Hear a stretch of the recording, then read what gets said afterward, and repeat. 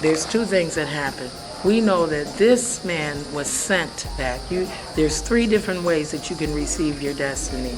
And one of them is that you are anointed and appointed by Orunmila and sent back to earth to fulfill something.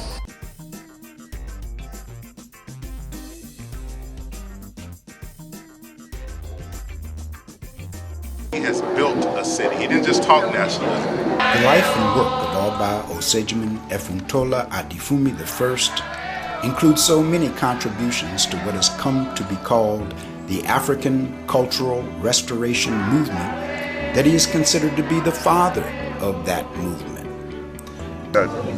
We owe everything to him. Whenever any idea of an African organized religion, or whether it is wearing African clothes or having African names, it goes directly to him. He did it all. Nobody who accepted or even knew anything about African anything. The community has its own militia and a school for the children, where the students are taught to honor their king and vow to protect and respect their culture. How you found this, how you walked into this. They used to speak on the streets on 25th Street. 25th Street and 7th Avenue.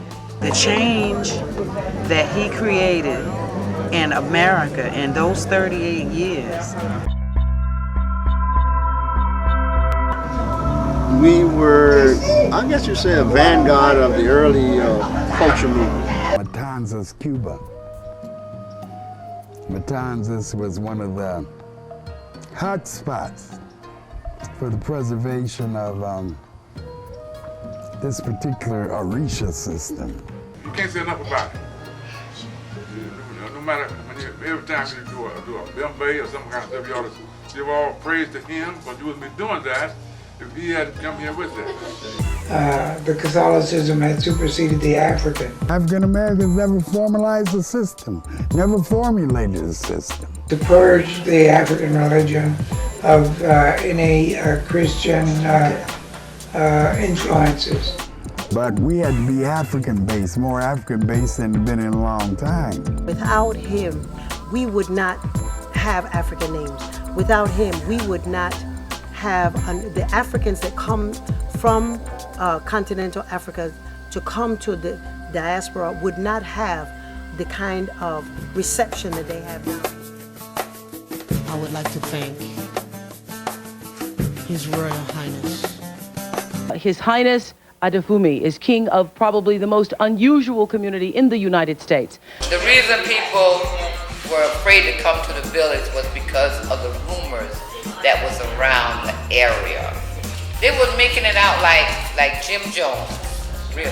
They really were. They were making it. They said, oh, they tell me if you go down there and live in that village, first night you got to sleep with that king. Our goal was a 5-year mission to establish a state in the United States. And I was searching myself all my life for the Yoruba religion, and I didn't know that. We used to go out with the umbrellas and the drums from 116 to 135th and back down.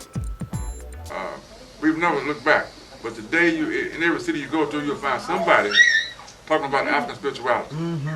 Somebody's going to be talking about it. And I think the little man that you just saw on TV there, Oba Oseijeman, is the one that brought it here.